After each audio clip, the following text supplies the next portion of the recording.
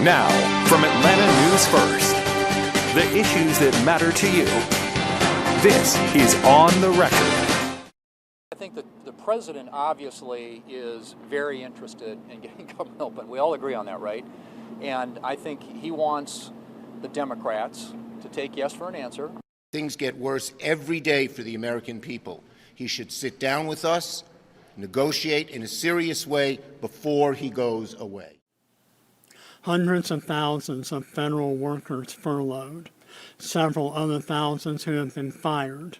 President Donald Trump accusing Democrats of being obstructionists, while Senate Democrats are demanding the president meet with them before he departs Washington for a multi-day trip to Asia. And at the same time, this past weekend, estimates of several million people taking to the streets to protest what they believe are attempts by the nation's 47th president to establish himself as a dictator. This is Wednesday, October 22nd, 2025, day 22 of the ongoing partial government shutdown. Joined by Rick Folbaum, I'm Tim Darnell. This is your weekly On the Record podcast where we take a look at the national issues that are really driving the nation's political consciousness.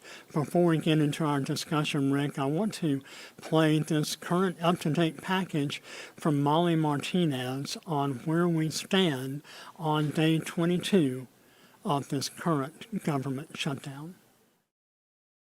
A familiar blame game from both sides of the aisle. Tuesday, President Trump hosting Republican senators in the Rose Garden with an often repeated grievance. The radical left Democrats are holding the entire federal government hostage to appease the extremists in their party. We will not be extorted on this crazy plot of theirs. Meanwhile, Democrats say all the pleasantries of politics are gone. The president's responsibility is to bring the parties together and find a way to make the government run and get a budget done. I'm stunned that he has been unwilling to invite Schumer and Leader Jeffries up to have that kind of conversation. While Democrats roam the empty halls of Congress, Speaker of the House Mike Johnson says there's a good reason House Republicans are absent. They have been out doing very essential, very important work in their districts, and their constituents appreciate that. I mean, they've been everywhere because, as Chairwoman McClain said, they've got to help cover the bases for the crisis that's been created by the Democrats. Later, President Trump repeated that he won't talk to Senator Schumer or Representative Jeffries. I would like to meet with both of them, but I set one little caveat. I will only meet if they let the country open. They have to let the country open. Federal workers deemed essential, like air traffic controllers, continue to report to work, despite not being paid. In Washington, I'm Molly Martinez. Rick, we know that there have been several airport or air traffic delays last night, Chicago and Newark, a couple of other cities, also air traffic controllers working without pay or overtime without pay. We see security staffing shortages from the Transportation Security Administration. Where are we right now? Day 22 of a government shutdown, both sides dug in, seemingly no end in sight.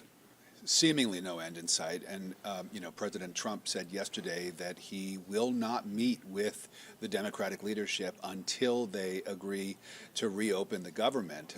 And so, he has basically laid down a line in the sand, and it's going to be very difficult for the Republican leadership to cross that line and go around President Trump and do any kind of negotiations. Although there have been some reports that there are Republicans who are willing to sit down and talk about an extension of those Obamacare subsidies in addition to some other Republican health care priorities, like caps, for example, on income level that would prevent certain people from being able to tap into these subsidies if they make a certain amount of money.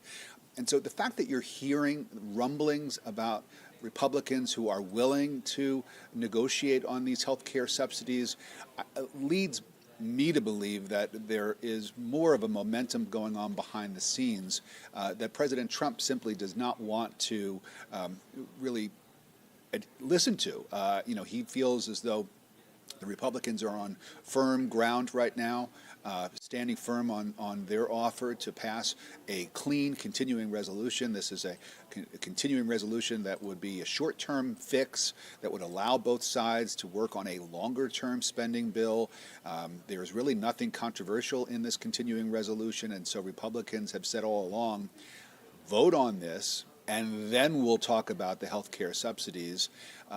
It seems like perhaps there are some Republicans who are willing to talk about those subsidies, though, prior to the government reopening. We'll see what happens with that. But you mentioned the air traffic controllers, the situation in Chicago, the situation in Newark, the situation here in Atlanta. Right. Keep an eye on this, because this is the issue that really led to the end of the last government shutdown during the first Trump administration. That was the longest ever U.S. government shutdown. 35 days. For 35 days, and it was because of problems with air traffic controllers and TSA workers calling out sick in mass numbers that led to major disruptions for air travel for Americans all over the country. And that is really what led to the Republicans at that time caving in to Democrat demands to remove funding for President Trump's border wall from the spending bill. Republicans were feeling the pressure because of the problems at airports, and they decided, okay, we've got to end this. So if this continues, we'll see whether President Trump stands firm on his promise not to meet with any kind of Democrat, not to negotiate with Democrats until they reopen the government. Let's talk about the timing of this, and you mentioned air traffic control and air travel.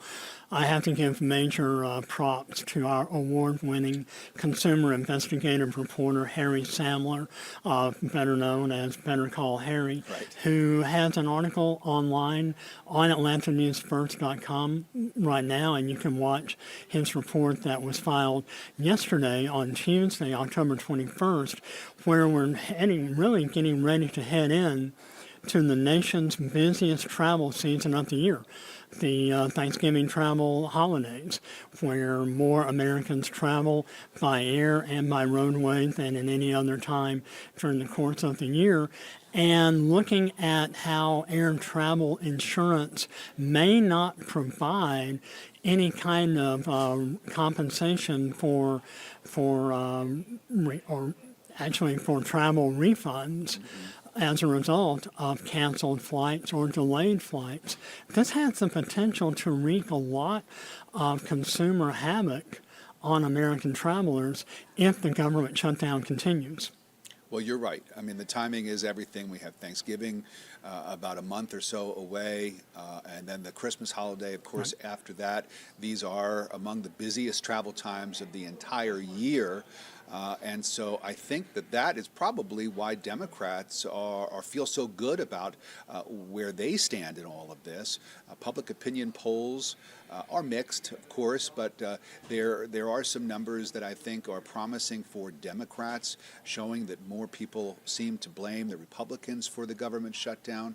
And of course, there's the issue of health care, which has always been a winning political issue for Democrats. And that really is, their line in the sand here is that let's fix these Obamacare subsidies, that if they expire at the end of the year, as they are scheduled to do, we're talking about millions and millions of Americans whose healthcare premiums would skyrocket as a result.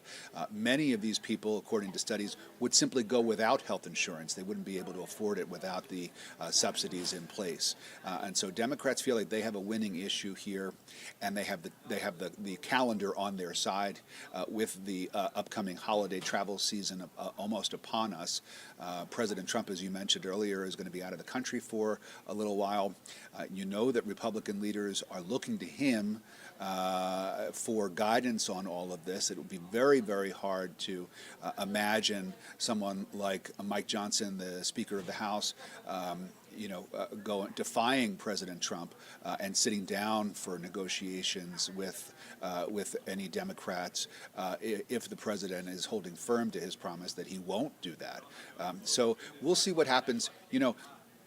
One of the reasons I love history and always have since I really started studying it back in school was because you can really learn a lot about what's going to happen by reading what has happened in the past. History here does tend to repeat itself. That's the cliche, but it's true. And so when we talk about the last government shutdown and the way that that air travel disruptions played a role in that, I would not be surprised if Republicans are not also thinking about that situation and that it might be in their best interests, especially with the midterm election coming up next year, to try to work out some kind of a deal with the Democrats.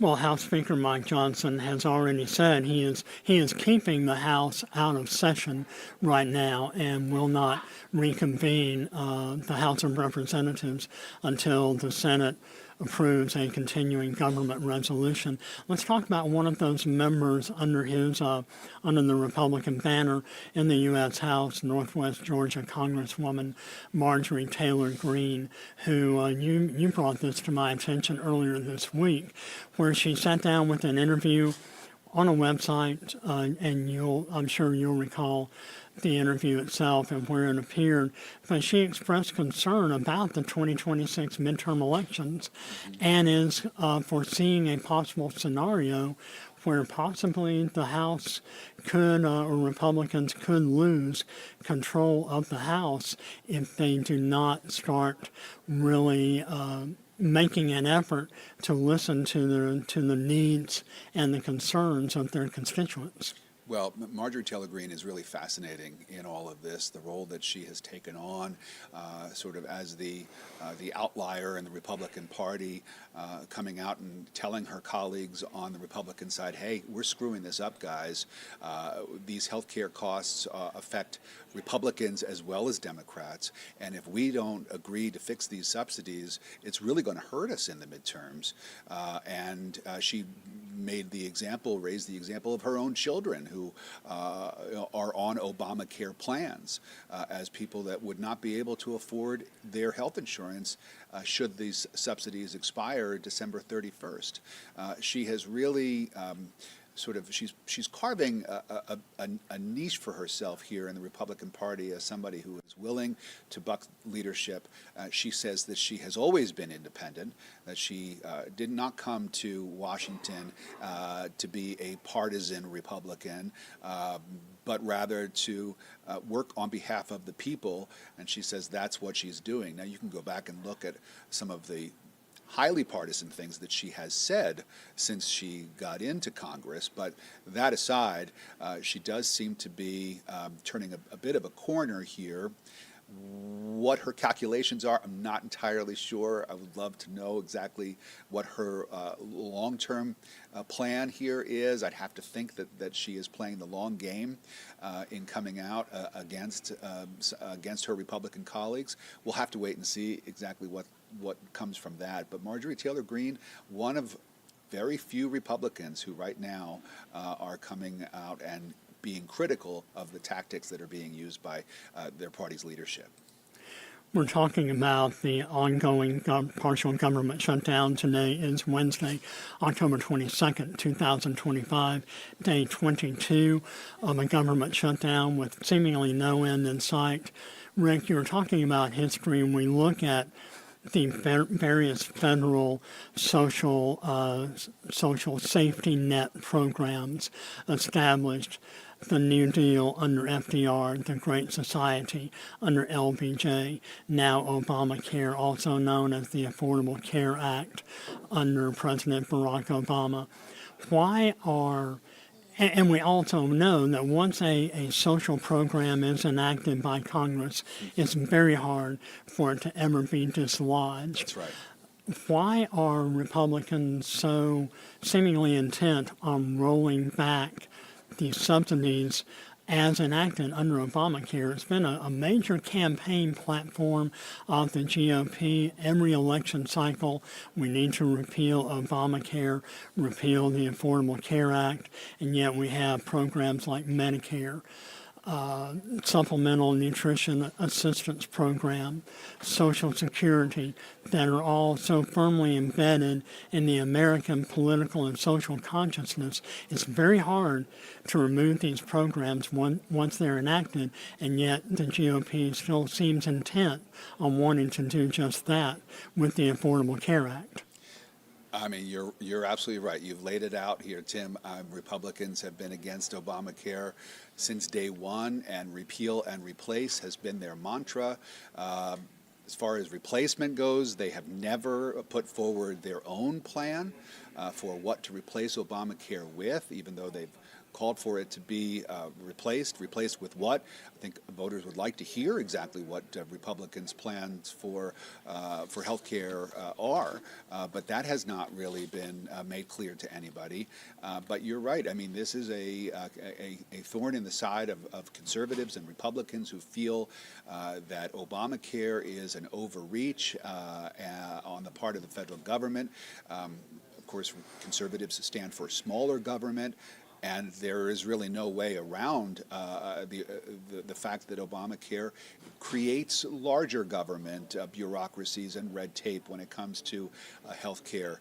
And so I think that it just sort of it smacks the face of pretty much everything that conservatives believe in when it comes to government, the role of government, the way that people should have be able to make their own choices without any kind of government interference. When it comes to things like this. And so, any chance that Republicans have to, put a dent into Obamacare or damage it in some way so as to perhaps eventually whittle it down so that so few people are on it that it just kind of goes away by itself. They're going to look for that opportunity. There's really no surprise there. I think that the fact that it's called Obamacare, that too is something that is really something that's upsetting to conservatives who were not fans of the two-term Democratic president. And it used to be that Obamacare was given a sort of had a negative connotation, that Republicans worked so hard to sort of make it almost like a curse word. But even President Obama himself said, I kind of like it now. Sure. You can call it Obamacare. I take that as a badge of honor. And that's because the plan has been successful in terms of helping people get coverage who didn't otherwise have it. And it's become very popular. And like you said, once people have a new entitlement, a new safety net, it's very hard to take it away. Very hard. And yet both parties are seemingly continuing to make Obamacare a central part of their platform, be it if they're for the ACA, the Affordable Care Act, or against it. This has been your weekly On the Record national podcast here at Atlanta News First.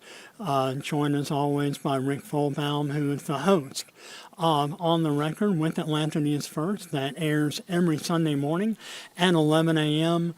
on Atlanta News First. You can also watch On the Record with Atlanta News First here on our website, also on our YouTube channel. And a reminder, you can listen to all of Atlanta News First podcasts, including On the Record, available on your favorite podcasting platform. Thanks for watching and listening. Thank you for watching ANF Plus. For more breaking news, live coverage, and your community stories, download the Atlanta News First app. You can also watch us on YouTube, Roku, Apple TV, and Fire TV. To join the conversation on YouTube Live, visit our channel and hit subscribe. You can also listen to the Atlanta News First podcast by searching Atlanta News First on your preferred listening platform.